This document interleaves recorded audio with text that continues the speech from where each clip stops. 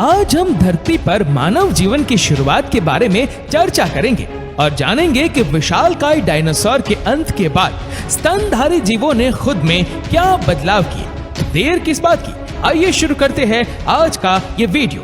पृथ्वी ने अपने निर्माण से लेकर अब तक कई तरह के परिवर्तनों का सामना किया, जिसमें वह आग के गोले की तरह सालों तक जलती रही और फिर बर्फीले ग्रह में तब्दील हो गई। लेकिन इन बदलावों के कारण ही पृथ्वी पर समुद्र का निर्माण हुआ, भूमि के टुकड़े आपस में जुड़े और फिर भूकंपीय तरंगों से एक दूसरे से टूटकर अलग भी हो गए। भूमि के ये छोटे टुकड़े समुद्री लहरों के साथ सफर करते हुए जब किसी दूसरे से जुड़े तो उस टक्कर की वजह से विशालकाय पहाड़ों का निर्माण हुआ था। हिमालय का निर्माण भी इसी तरह हुआ है, जब भारत का भूमिखंड समुद्री यात्रा तय करते हुए एशिया के जमीनी हिस्से से जा टकराया था। इस तरह पृथ्वी पर अलग अलग देशों और महाद्वीपों का निर्माण हुआ, जहां विकास के क्रम को आगे बढ़ाते हुए जीवों की कई प्रजातियां रहती थी। हालांकि एक विशालकाय उल्कापिंड की टक्कर की वजह से धरती पर विशाल और 25 किलोग्राम से ज्यादा वजन वाले सभी जीव खत्म हो गए थे, लेकिन स्तनधारी जीव जीवित बच गए और उन्होंने पृथ्वी के बढ़े हुए तापमान को झेलने के लिए जमीन के अंदर ही रहना शुरू कर दिया। इस तरह सालों साल ये प्रक्रिया चलती रही और आखिरकार इंसान का अस्तित्व सामने आया। तो चलिए इंसान के विकास क्रम को थोड़ा और विस्तार से समझते हैं। डायनासोर के अंत के बाद स्तनधारी जीवों को खुलकर जीने और अपने शारीरिक अंगों में बदलाव करने का मौका मिला, जो बदलते परिवेश के कारण उनके डीएनए में हो रहा था।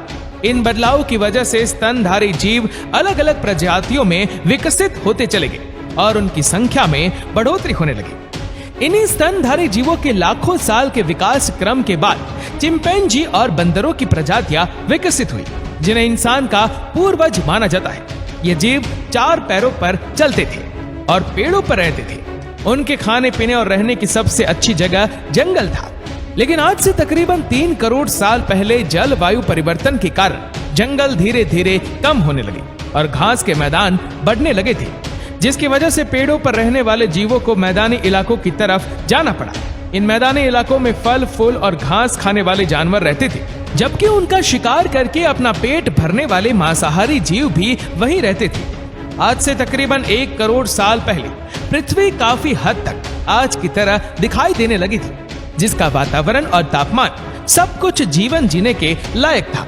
लेकिन इसके बावजूद भी पृथ्वी पर इंसानों की कमी थी, जो आगे चलकर धरती को एक नया ही रूप प्रदान करने वाला था। लेकिन आज से तकरीबन 40 लाख साल पहले पृथ्वी के गर्भ में एक बार फिर हलचल हुई, जिसकी वजह से अफ्रीका के पूर्वी इलाकों में एक नई पर्वत श्रृंखला का निर्माण हो गया था। उस पर्वतमाला को आज ईस्ट अफ्रीकन रिफ्ट वैली या ग्रेट रिफ्ट वैली के नाम से जाना जाता है। लेकिन इस पहाड़ के विकसित हो जाने से धरती पर बड़े बदलाव होने वाले थे। दरअसल ये पहाड़ जिस जगह पर खड़ा था, उसके ठीक पीछे अफ्रीका का बहुत बड़ा जंगल था। उस जंगल में सैकड़ों की संख्या में अलग अलग जीव जंतु रहते थे। लेकिन अचानक से पर्वत श्रृंखला खड़ी हो जाने के कारण जंगल तक आने वाला मानसून पहाड़ की दूसरी तरफ ही बरस जाता था।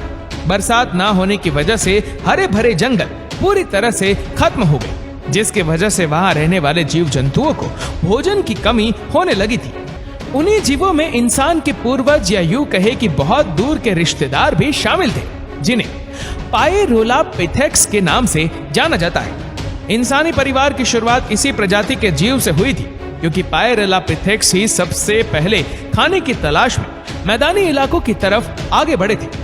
इस तरह विकास का सिद्धांत यानी थ्योरी ऑफ इवोल्यूशन की शुरुआत हुई, जो पीढ़ी दर पीढ़ी आगे बढ़ती रही। पायरोलापिथेक्स अफ्रीका के जंगल में रहते थे और खाने के लिए फलों पर निर्भर थे।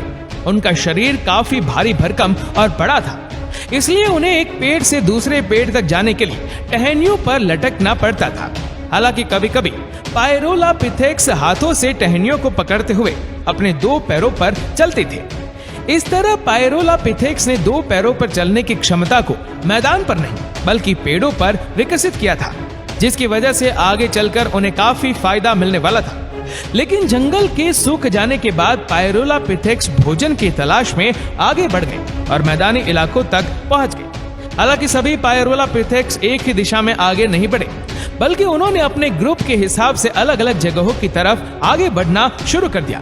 लेकिन जो पायरोलापिथेक्स भोजन की तलाश में मैदानी इलाकों तक आए, सिर्फ वही आगे चलकर इंसानों में तब्दील हुए। वही जो पायरोलापिथेक्स दूसरे जंगलों तक पहुंचने में कामयाब हुए, वह बंदर और चिंपांजी की प्रजातियों में विकसित हुए। दरअसल विकास का क्रम आसपास के परिवेश और जरूरत पर निर्भर करता है। ऐसा ही कुछ हुआ हमारे पूर्वज पायरोलापिथेक्स के साथ। जो पायरोलापिथेक्स मैदानी इलाकों तक गए, उन्हें भोजन खोजने में काफी तकलीफों का सामना करना पड़ा था, जिसकी वजह से उनके डीएनए में परिवेश के हिसाब से बदलाव होने लगे। वहीं जो पायरोलापिथेक्स दूसरे जंगलों तक पहुंचे, उन्हें आसानी से भोजन मिल गया था, इसलिए उनके शरीर में जरूरत के हिसाब से बेहद कम विकास हुआ। किसी भी जीव के शरीर में डीएनए एक ऑपरेटिंग सिस्टम की तरह काम करता है। एक शिशु से वयस्क इंसान बनने और शरीर में हर नई कोशिका के पैदा होने के लिए यही डीएनए जिम्मेदार होता है। हर जीव का रंग, रूप और आकार डीएनए ही निर्धारित करता है। ऐसे में जब जंगलों के समाप्त हो जाने के बाद पायरोलापिथेक्स के कुछ ग्रुप मैदानी इलाकों तक गए, तो वहां पहुंचने के बाद उनके शरीर ने परिवेश के बदलाव को महसूस किया। इस तरह समय के साथ पायरोलापिथेक्स के डीएनए में बदलाव होने शुरू हो गए, जिसकी वजह से आगे चलकर इंसान की उत्पत्ति हुई। हालांकि ये विकास प्रक्रिया कोई 1 या 2 साल में पूरी नहीं हुई, बल्कि इसे पूरा होने में लाखों वर्षों का समय लगा।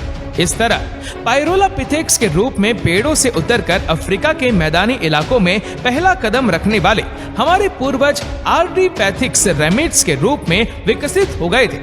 आर्डिपैथिक्स रेमिड्स के दिमाग का आकार एक संतरे के बराबर था, जबकि उनकी लंबाई 4 फीट के करीब थी।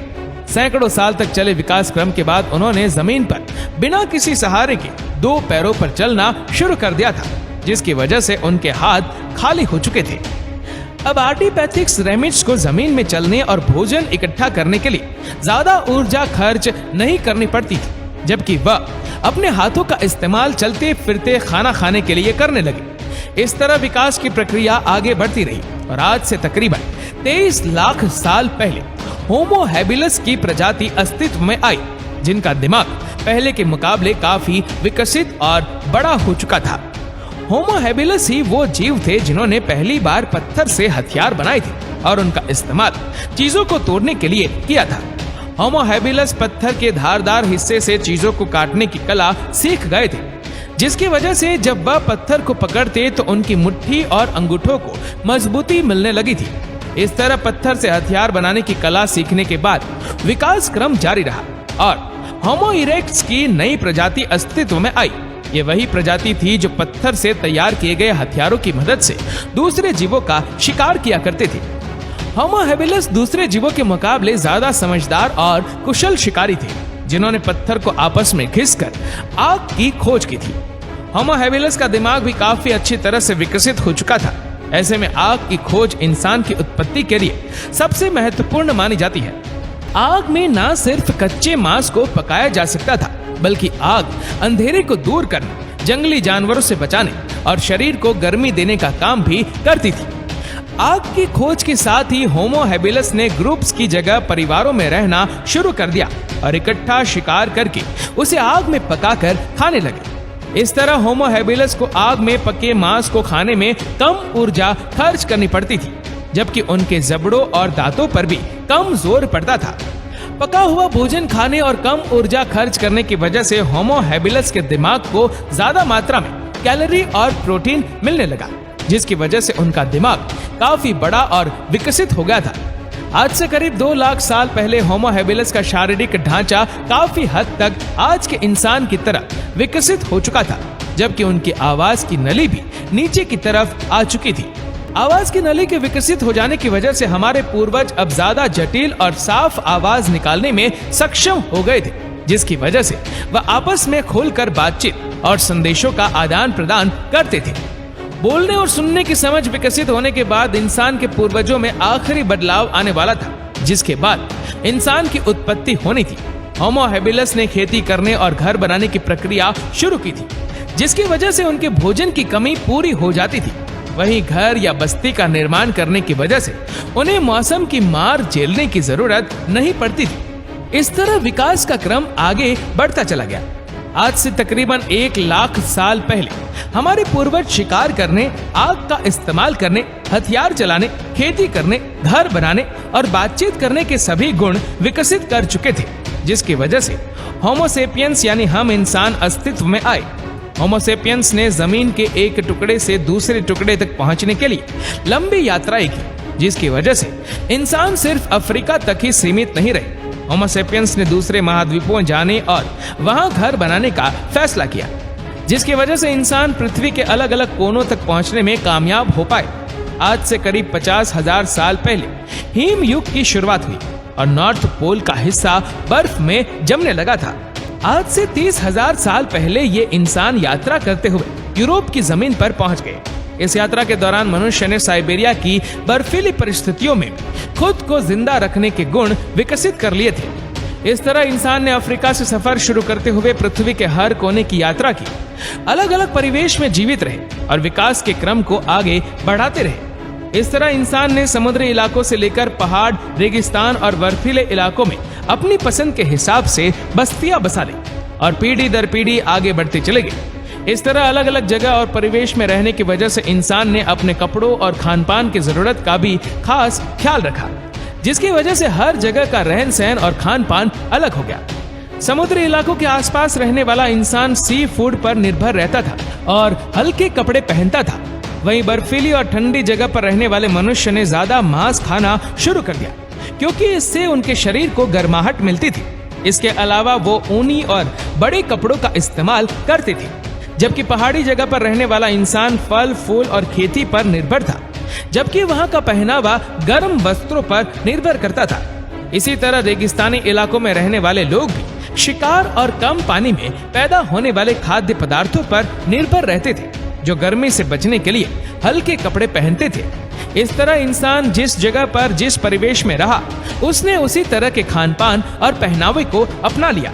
यही पहनावा और खान पान पीढ़ी दर पीढ़ी एक इंसान से दूसरे इंसान को विरासत के रूप में मिलती चली गई, जिसे आप और हम आज भी फॉलो कर रहे हैं। विभिन्न जलवायु में रहने की वजह से इंसान के रंग, रूप और शारीरिक आकार में बदलाव आए, जिसके लिए हमारा डीएनए ही जिम्मेदार था। तो इस तरह डायनासोर के अंत के बाद इंसान की उत्पत्ति हुई थी, जिसे पूरा होने में कई लाख साल का समय लगा। तो दोस्तों, उम्मीद करते हैं कि ये वीडियो आपको पसंद आई होगी। आपको ये वीडियो कैसी लगी नीचे कमेंट करके जरूर बताएगा, और अगर आपको ये वीडियो अच्छा लगा हो तो इस वीडियो को लाइक करेगा, शेयर करेगा ज्यादा से ज्यादा लोगों तक, और ऐसी ही और भी रोचक जानकारियों के लिए सब्सक्राइब करें हमारे YouTube चैनल को और Facebook पर फॉलो करें हमारे पेज को। धन्यवाद।